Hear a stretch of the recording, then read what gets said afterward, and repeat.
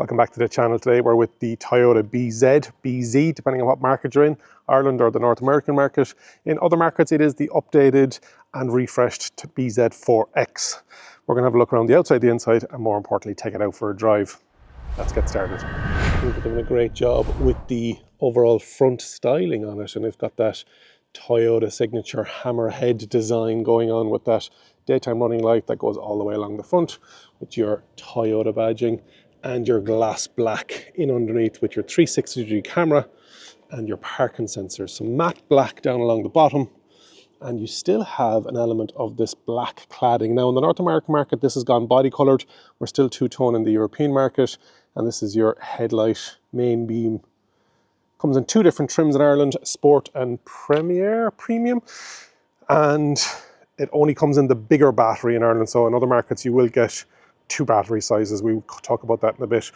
In Ireland we're only getting the big battery and we're getting front wheel drive. In other markets you will be getting an all-wheel drive version as well.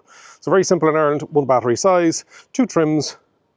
That's what the BZ is going to be all about. Today we're on the 18-inch, but on the upper level trim in Ireland they will actually be 20-inch.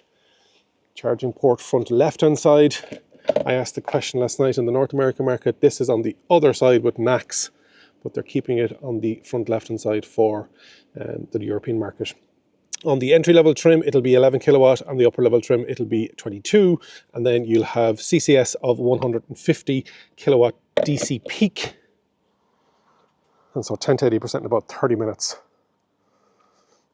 It's in the darker colour, it's actually not so bad. In the silver, it can put some people off, but gloss black.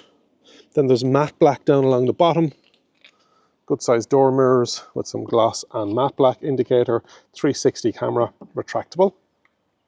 This one doesn't have the sunroof. Upper level trim will have the sunroof. So this is the standard trim, big battery. What we're going to be getting in Ireland. Nice chunky door handles, matte black as I mentioned down along the bottom, gloss black B-pillar. Good length is the D segment SUV, so it's a good size, and a ground up EV built on that ETNGA platform. On the up and out, even though this is the non-sunroof 18-inch wheels, you do have these spoilers. Now this will only be available on the upper level trim in Ireland to help with aerodynamics. Gloss black shark fin aerial. No window wiper, and you have a little ducktail spoiler here. Nice coast to coast tail light that goes all the way along, and that light comes down into that. Again, difficult to see in the cladding. You've got some side parking sensors, reverse sensors, your BEV designation because it is a full battery electric vehicle, and then in certain markets it'll be the BZ4X. In other markets it'll just be BZ or BZ. Power tail lift, and you can see reversing camera and 360 camera here. Great size boot with a 60-40 split and that parcel cover in underneath. In the front wheel drive version it'll tow 750 kgs. In the all wheel drive version it'll go up to 1500 kgs. 452 litres with the seats up. Nice practical no load lip, and then 787 with the seats down. 40-60 split, JBL sound system, shopping bag hooks, tie-off points, shopping bag, tie-off, and then a little more tie-off points down here, and a good bit of storage then in underneath then as well. Very practical and great width and depth. If you're looking for something a bit higher, you will have a BZ Touring Estate coming, and then some matte black down underneath here with some interesting body molding, kind of like exhaust ports, but obviously no exhaust. And then you can lock or close and lock. That seat is set for me. Before we go inside, what do you think? That darker colour, it's like a purpley blue metallic. Very Toyota. I like it. Would you have this or the CHR Plus? I also have that video up on the channel. You need the space. Now in Ireland they're both going to be the same price. This has with the larger battery, a WLTP range of 569 kilometers, and the CHR Plus has a slightly longer range. So if you want more range, the CHR Plus. If you want more space, the BZ4X is what they're saying. And starting price is in around that 41,500 euros. Tinted windows in the rear, go all the way down. Now it's dark in the interior. Quality of materials is good. Soft touch, nice bit of slick plastic going on there. Some 2 bottle holders down here. Isofix 2 in the rear. And because it's a flat floor seat, feet can go there. Acres of legroom, and that seat is set for me. And then there's a nice recline and head height, 6'2", 188 centimeters. Close the door so you can see what's going on. It's dark, but a lot of Toyotas are dark now with the sunroof. Absolutely. In the center console, you've got heated seats on the top trim. So this is kind of a mongrel of a car because you've got 18-inch wheels with heated seats, but this will be on the top trim. And then this USB charging ports, they're 60 watts, so it's a great size, great power, and nice magazine holder there. There's a lovely recline on the seats, and there's a good size. Again, your D segment. Cup holder and device holder then. Sorry, cup holders and device holders there then. Yeah.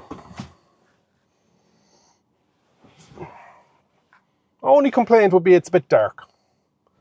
That would be my only complaint. Now, they've tried to make it brighter with the likes of these little side mirrors here and with the overhead sunroof.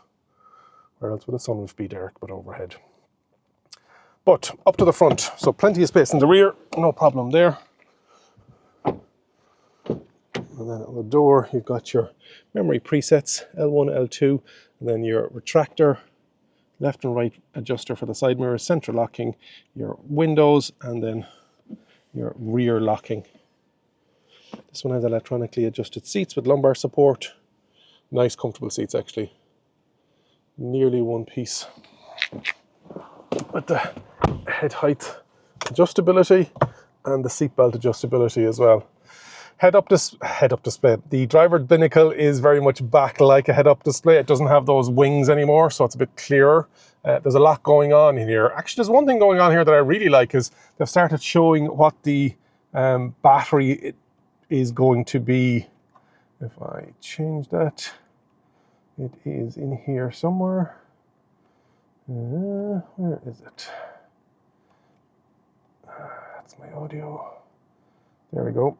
And so it's the state of certificate efficiency, certified energy. It's at 100%, and we've done 65,000 kilometers, so it has to be reset.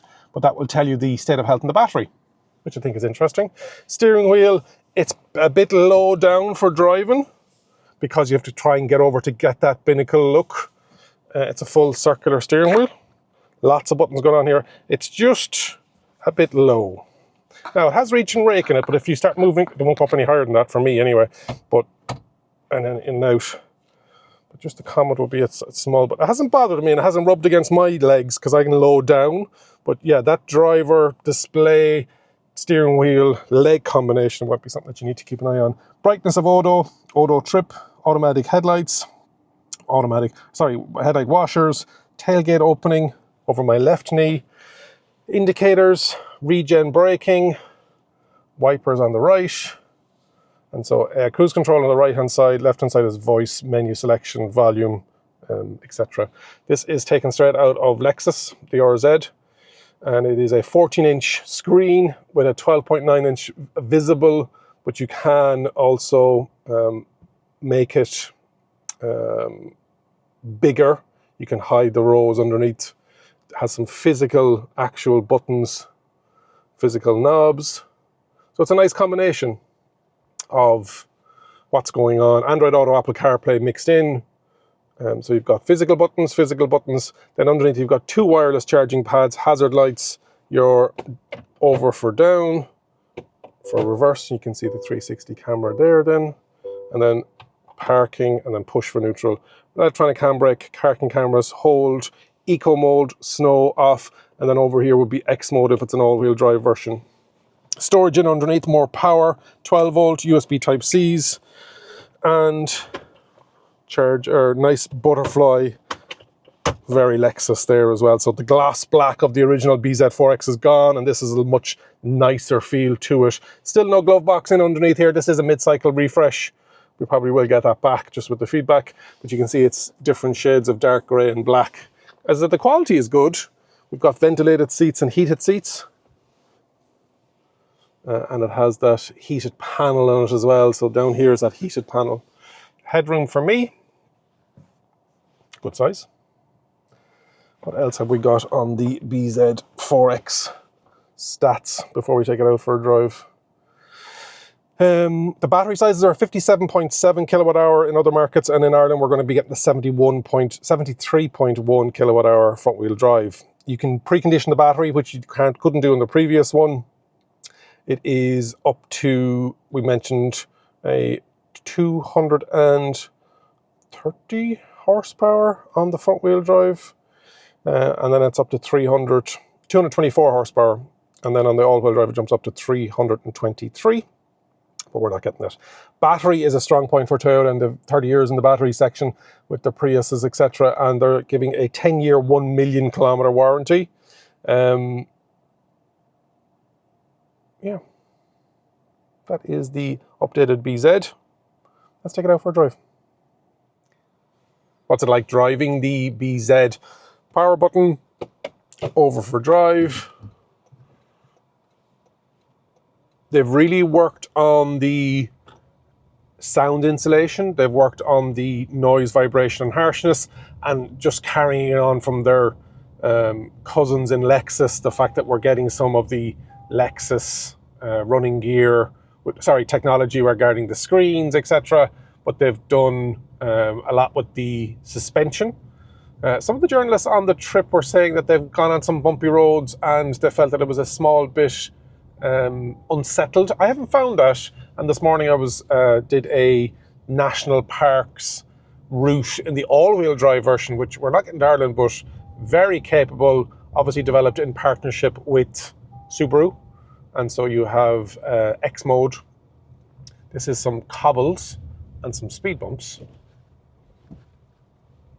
Very capable and very very well managed.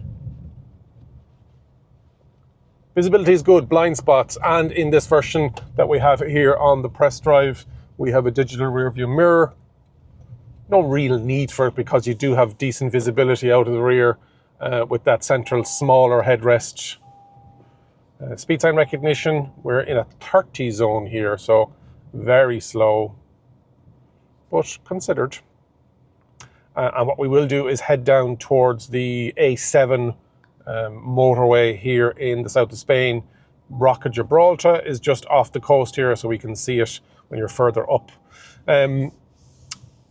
The steering wheel, I mentioned it when we were doing the static internal drive around or look around, is probably a bit on the lower side. Doesn't bother me. I'm tall, so I can see out over it, but somebody smaller may have. You just have to take it for a test drive and see if it does suit your driving stance and driving. The Regen paddles are great. There is 5 levels, 0, and then 4 levels of different stages of Regen. There isn't one pedal driving, as we learned on the CHR Plus trip, and if you haven't watched that video already, that's their C segment SUV, and it's not an electric CHR. It's a totally all-electric platform, and they say that at the moment, they don't believe in one pedal driving. They feel that drivers should be 100% in control and braking the car when needed, rather than the car doing it for you. But there are some very good levels of Regen. The wireless charging pads are good. There's a lot of stuff on that central display. Now, you can tidy it up and make it just speed and Regen level, speed sign recognition, but it's a busy driver Binnacle. I'm wondering if they'll keep with that bottom of the windscreen for the next generation. It's an interesting choice. Seats are super comfortable, and in this version we have ventilated seats as well. Again, something I don't think we'll need in Ireland, if we're even getting it, but in certain markets you will get it.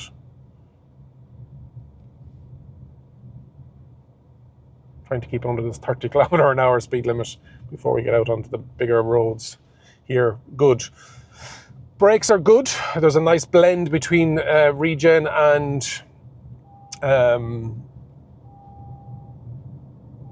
physical braking. Coming onto the motorway, we're up to 100km/h. It's very quiet, very refined. It has insulated glass, and as I said, they've looked at a lot of where we can dampen the noise, dampen the sound.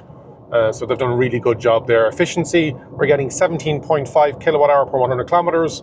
That's a lot of up and down motorway, so journalist driving, and probably going to creep that down to 15 once you have it yourself and you're able to steadily drive it rather than driving it harsh, etc. So that was good. Hopefully you've enjoyed that first drive of the all-new Toyota BZ. If you haven't already subscribed to the channel, please do so. I'd already looked at this back in Brussels back in February, so if you're looking for exclusive content, first looks, the Nevo EV Review channel is the place to be. Jump into the comments and let me know what you think. And remember, if you think an EV is for you, leave it to me and I'll review. Thank you very much for watching.